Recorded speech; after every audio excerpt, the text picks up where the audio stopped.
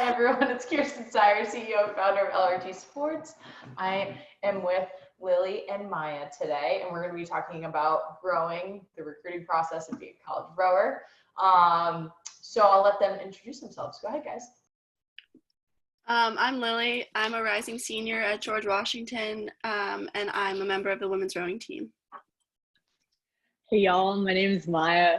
I go to Yale and I row women's crew, and I'm class of 2023. Awesome. So first and foremost, if you are looking to row in college and maybe you haven't started anything yet and you're just kind of doing it for fun, what would the first steps be as far as rowing is concerned? Is there any sort of teams to join? Do high schools have this? Like, what is the process that people need to know about for recruiting?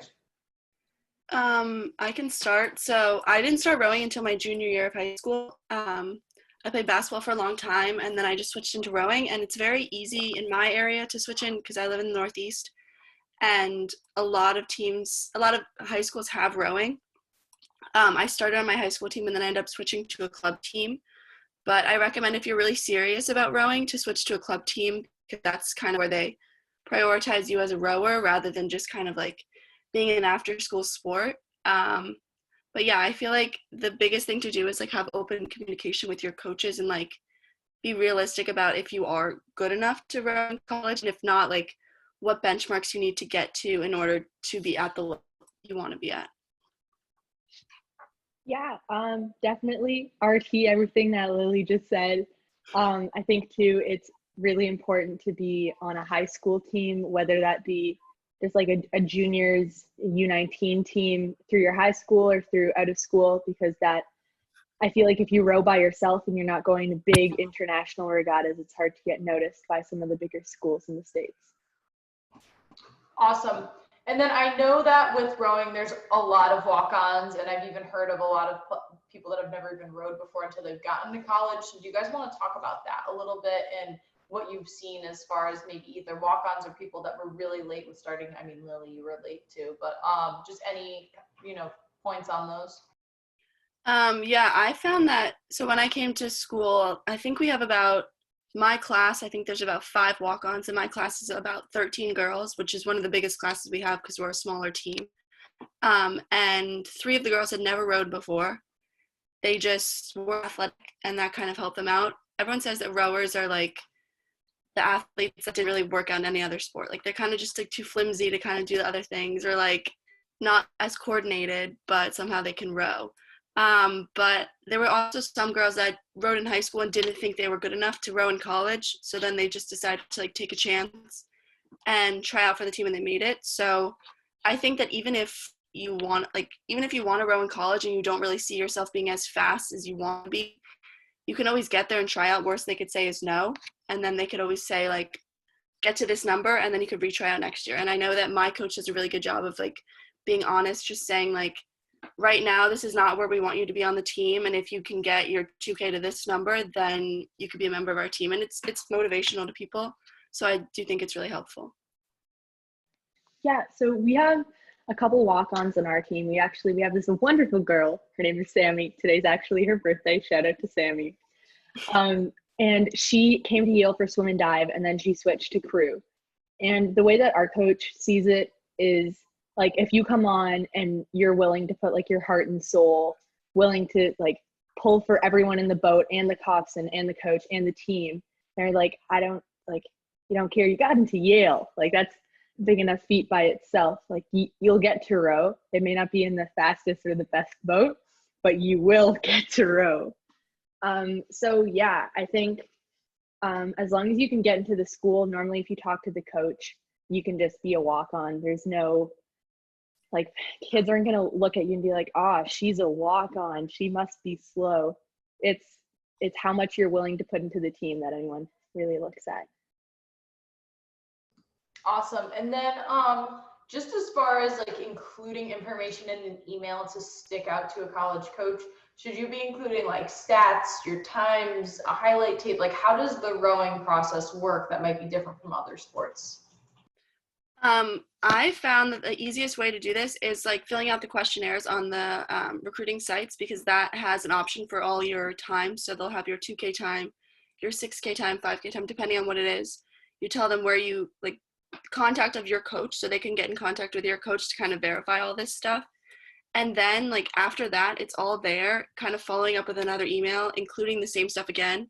It is redundant, but if you have impressive numbers and you want to show them off, like the majority of people that are trying to get recruited to these top schools have the times, and they might not have the grades, or they might have the grades and not the time. So like bring what you can to offset what you don't have, and then just kind of like keep talking about it. Yeah, I totally agree with what Lily just said. The online questionnaires are a massive help. I would say too, in the emails, which was kind of weird that I sent them out, I always included my weight, height, and birth date. So I was like 180 centimeters and like 68 kilos, and I had pulled like a 7'10", 7'11", and that was a pretty big feat for a grade 11, grade 12 girl. So I always made sure to include that, and then I also always included my SAT scores and my high school transcript, because that's like the next email is always the coach being like, okay, you're fast, but are you smart? Mm-hmm. So awesome. And then I guess like in general, just what are some things that you wish that you knew either about college rowing and or about the college rowing recruiting process that you kind of know now that you want to share your wisdom on to the next generation? I would say something that I didn't know until I got to college was kind of how different high school rowing is than college rowing. Like even the capacity of like practicing 2 to 3 times a day is just such a different thing. But it is very like time is easy to manage as long as you're kind of staying motivated and doing and using all the resources that are available to you. It's going to be fine. I would definitely say there's like a bit of a rude awakening when you first get to college, because my high school team didn't practice in the morning, and I did not see that hour of day until I got to college. But I would say the easiest thing is that you have like 40 other girls doing it with you. Like that makes every day easier to wake up, and like kind of everything you're doing is great, that it's a team sport, like everything is together. I felt like my high school team was a bit aggressive and no one really got along that well, because we were all kind of like aiming for ourselves to get to the highest level possible rather than everyone as a team getting to the highest level, because like we weren't all going to row together in college. So I think that definitely college rowing is a lot more of a team sport, if that makes sense. Definitely is what Lily just said. I feel bad. I'm starting with the same answer. But something that I wish I knew, Kirsten, you've heard the story a bunch of times now, was that when you get recruited to go to any school, whether it be in the States or in Canada or anywhere in the world, is that they're not just recruiting you as an athlete, they're also recruiting you as a student, and then also on top of that as a person.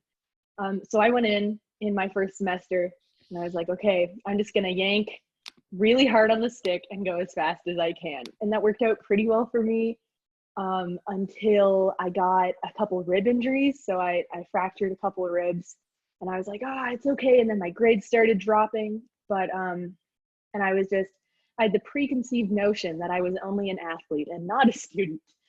So, and then I sat down with my coach. I was like, okay, why am I doing so poorly in my classes when I came out of high school with like a 95 average? He was like, well, you're also a student. So I wish I had known that. And I wish I had been more aware that if I needed help, I could reach out to the team, because now definitely, like what Lily was saying earlier, it's such a team sport and everyone wants you to succeed. So like I found in high school, it was almost as if there were 4 separate girls pulling for different reasons in a boat. Whereas in university, I feel comfortable going to any girl on a team, any coach, any assistant coach or trainer and being like, hey, I really need help. I don't know how to do math. And they'll be willing to help me with whatever. So I wish I knew that, but I'm really thankful for my team. Awesome. And then once you finally get into the situation where you are getting recruited and schools are starting to talk to you, or you're reaching out to schools, whatever it may be, what are some of the things that you guys looked for on rowing teams or for schools or whatever it may be, or even with coaches that you kind of want to talk about a little bit? I would say like I kind of went into my official visits like once I had narrowed it down to having like my coach in high school only allowed us to do 3 official visits, but I ended up doing 4 anyway. But I kind of wanted a giant school, like a big like football team and everything like that, and I ended up like finding the complete opposite. Like I go to a city school with no football team, and I think like the biggest thing is going to the school and like having no expectations, like just going, meeting the coach, listening to what they have to say, and meeting the girls, listening to what they have to say because they have the firsthand perspective. And I think that's really important to just get the honest stories from them and kind of just like take your time, like reflect on everything. Like LRT Sports is really helpful with that because obviously you have like everywhere you can keep track of all your recruiting visits and stuff. But just like looking back and finding what you liked and didn't like and comparing it all, I think that's really helpful. Yeah, for sure. That but I have a bit of a different view on that. I wouldn't perhaps go into any of your official or unofficial visits with no expectations. So I did that on my first visit, and I had a rude awakening because I came back and then I was like, okay, how was the school? And I said, wow, the food was great. And that was all I could really tell her. So I think for me, definitely, like I would recommend when you go into a visit, like look at the team and the coach interactions. So I find that like a lot of the times when you're talking to a coach and it's just you one-on-one, it's like easy to be polite.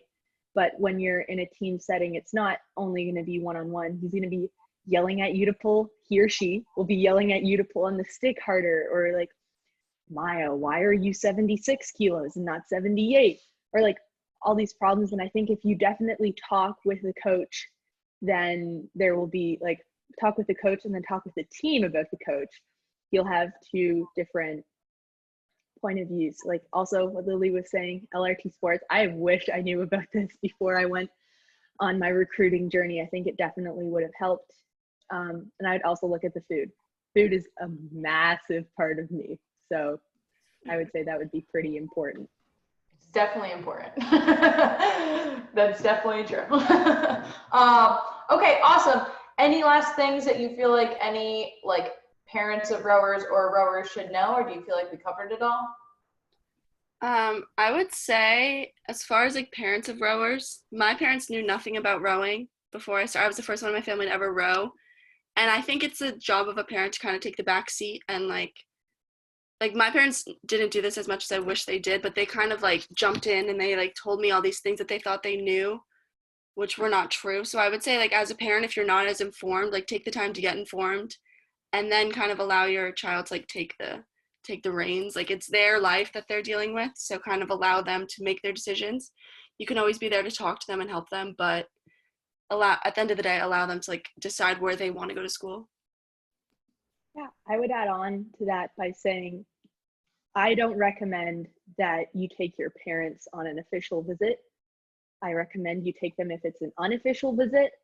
But I've seen this happen. I only went on my official visits without my parents. I thought that I would have a better understanding of the team. And then I got the chance to go and hang out with the girls. They had like a pizza night.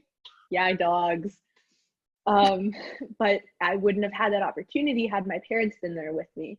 And I think too, it's definitely important that your parents agree with the choice of school that you're going to, but ultimately it's you that's attending the school. It's not the parent that's going there and taking your classes and training with the team. So. Awesome. Great advice, guys. Thanks so much. I really appreciate your time.